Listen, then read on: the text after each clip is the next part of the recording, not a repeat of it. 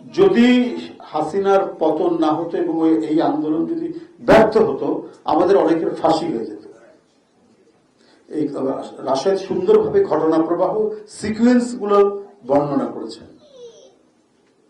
এই সিকুয়েন্স গুলো বর্ণনার একটা জায়গায় তিনি বলেছেন যে এখানে বিএনপির কি ভূমিকা ছিল। তো হাসিনা 22শে জুলাই নিজে সংবাদ সম্মেলন করে বলছে যে আমি জানি এর পিছনে কে আছে, বিএনপি আছে, এদের পরিণতি অত্যন্ত খারাপ হবে। আপনারা দেখবেন এখনো আছে, তার ডকুমেন্টস আছে। তার কয়েকদিন পর ওবায়দুল কাদের বলছে, তখন তুঙ্গে উঠেছে। হ্যাঁ, ওবায়দুল কাদের বলেছে উচিত শিক্ষা দেওয়া হবে, উচিত শিক্ষা দেওয়া হবে এদেরকে। এরপরেও যে কথাগুলো বলেন খুব দুঃখজনক। আমি যারা বলছেন বিভিন্ন রাজনৈতিক দলের নতুন একটি রাজনৈতিক তরুণরা, আমার তাদের সম্পর্কে বলার কিছু না, তবে রাশেদ বলে গেছে আর কি, রাজনৈতিক সংস্কৃতির উন্নত হতে হবে।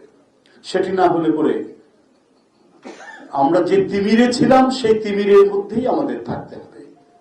শেখ হাসিনা সকাল সন্ধ্যা গালাগালি করতেন, দেশে তার বিরোধী রাজনৈতিক পক্ষকে নোংরা ভাষায় গালাগালি করতেন, স্টেজের মধ্যে দেশনেত্রী বেগম জিয়া সম্পর্কে বাজে মন্তব্য করতেন, জিয়াউর রহমান সম্পর্কে আজে বাজে কথা বলতেন, এবং ওনার যে ছেলে, গুণধর ছেলে সজীব ওয়াজেদ জয়, সে তুই তুকারি করে কথা বলতেন। আমরা ছোটবেলা থেকে রাজনৈতিক অনেক ঘটনা প্রবাহ দেখেছি। এই যে রাজনীতিকে একটা জঘন্য পর্যায়ে নিয়ে যাওয়া, এটা উনি করেছেন এবং খুব বাজেভাবে করেছেন। ব্যক্তিগতভাবে অশ্লীল কথাবার্তা বলার যে সংস্কৃতি উনি নির্মাণ করেছেন,